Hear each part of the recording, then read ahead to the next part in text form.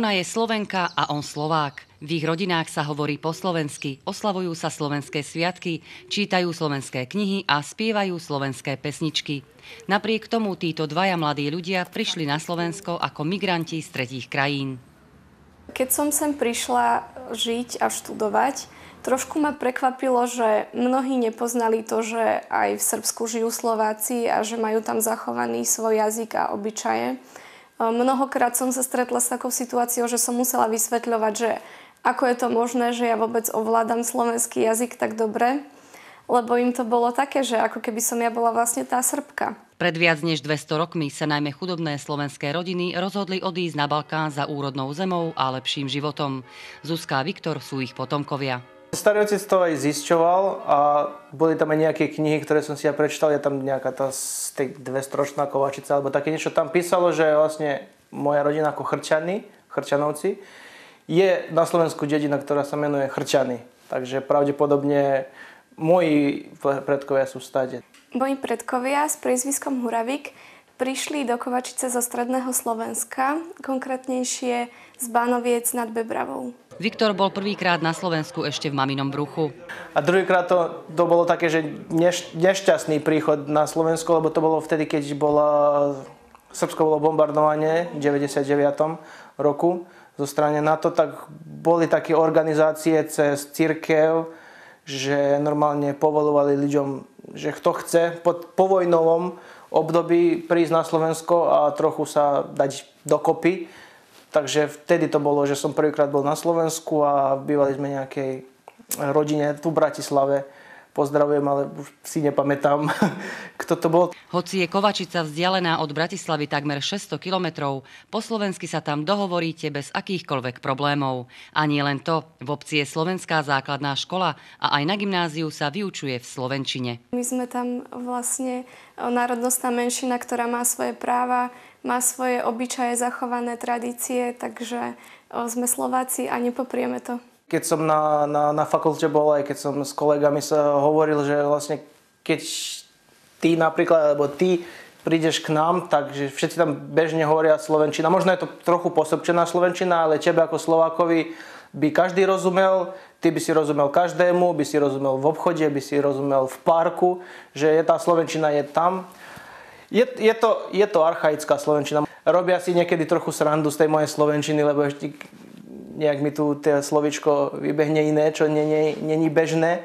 Slováci v Srbsku tým, že si zachovávajú svoje tradície, zvyky, obyčaje, že majú ten svoj folklór, svoje náboženstvo, že si tak zachovávajú svoju identitu a že ďalšie pokolenia vlastne prichádzajú do styku s tou kultúrou. Vždycky, keď niekto pritlačený, alebo nejaký národ je pritlačený, alebo tá menšina, keď je pritlačená, tak už to nefunguje. No, proste treba vedieť hranicu, že odtiaľ potiaľ máte dovolené veci, prispôsobovať sa v tej krajine danej, ktorej sa, ale zase tá krajina by mala rešpektovať aj tie menšiny. To, že si Slováci v Kovačici dokázali viac než 200 rokov uchovať svoju identitu, jazyk a kultúru, je obdivuhodné. To, že to mohli urobiť a nikto im v tom nebránil, je hodné nasledovania.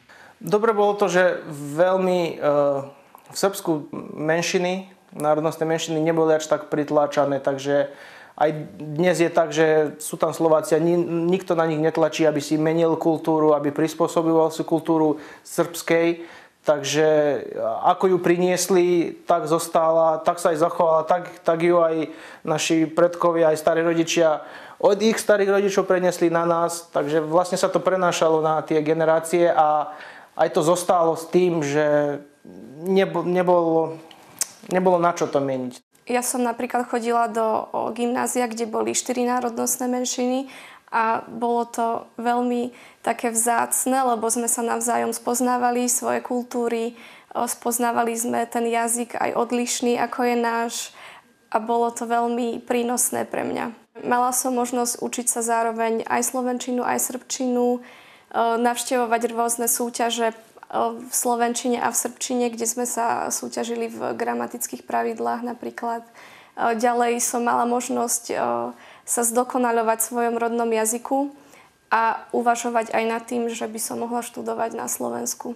Chodil som na základnú školu, tiež je čistá slovenčina, čistá slovenská škola A v gymnáziu som tiež išiel v Kovačici a vlastne tam už to bolo podelené, že nejaké tie predmety boli vyučované v slovenskom jazyku a niektoré boli v srbskom. Myslím si, že je výborné, keď štát umožní také podmienky, teda že by si daná menšina mohla zachovávať svoje obyčaje, svoj jazyk, mať svoje školy, svoje kostoly, že to je vlastne výborné.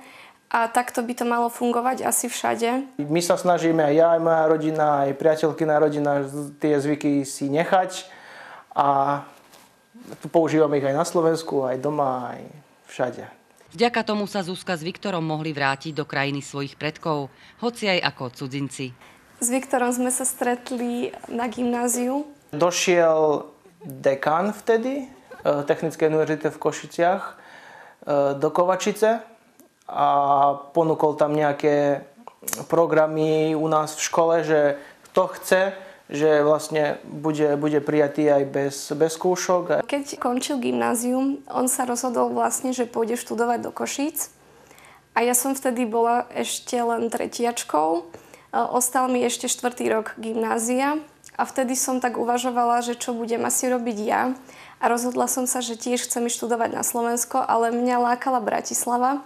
Ja som vždy seba tak videla, že by som mohla žiť v tej Bratislave. Ešte počas gymnázia som chodila na tie súťaže zo slovenského jazyka a my sme získali taký pobyt, to bol asi 10-dňový pobyt v Bratislave a v takých okolitých miestach okolo Bratislavy. A vtedy som sa tu cítila jak doma, že som si povedala, že tu by som si vedela predstaviť, že budem tu žiť a študovať. Slovenská republika s týmito milými mladými ľuďmi dobre kúpila. Obaja sú vzdelaní, šikovní a zodpovední a milujú Slovensko. Vyštudoval som geoturizmus na Technickej univerzite v Košiciach a vlastne teraz sa zaoberám úplne niečím iným. Tak som sa uplatnil v ďalšom inom odvetví, ktoré ma baví a je to IT. Takže teraz pracujem v jednej americkej nemenovanej IT firme.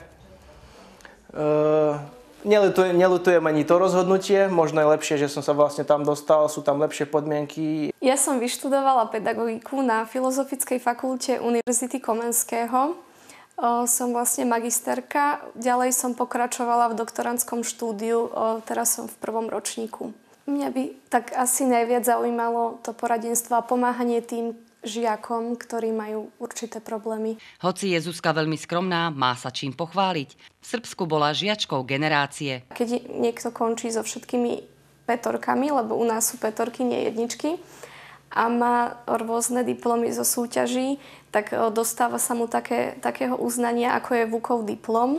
No a z tých jedincov, ktorí majú Vukov diplom, sa vyberá jeden najlepší a ten je žiak generácie. No a vlastne tým som bola poctená aj na základnej škole, aj na gymnáziu.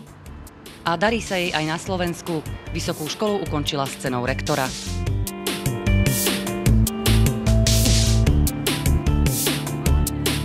Pred viac než 200 rokmi odišli Slováci za lepším životom na slnečný Balkán.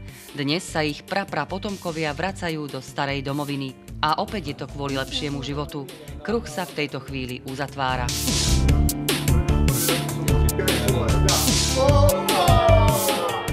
Ja som išiel do Košíc, ona potom po tých rokoch išla do Bratislave. Viac menej to bolo také naisté, že ja prídem za ňou, lebo ona ešte mala končiť štúdium, že ona ešte nejaký rok, 2 po mojom skončení mala, takže ja som došiel za ňou a bolo to tak, že našiel som si tú prácu a potom sme zostali tu. S priateľom sme si kúpili byt v Bratislave, takže určite sme už aj predtým uvažovali a aj naďalej uvažujeme teda tu zostať. Pravdepodobne tu zostaneme na dlhšie už.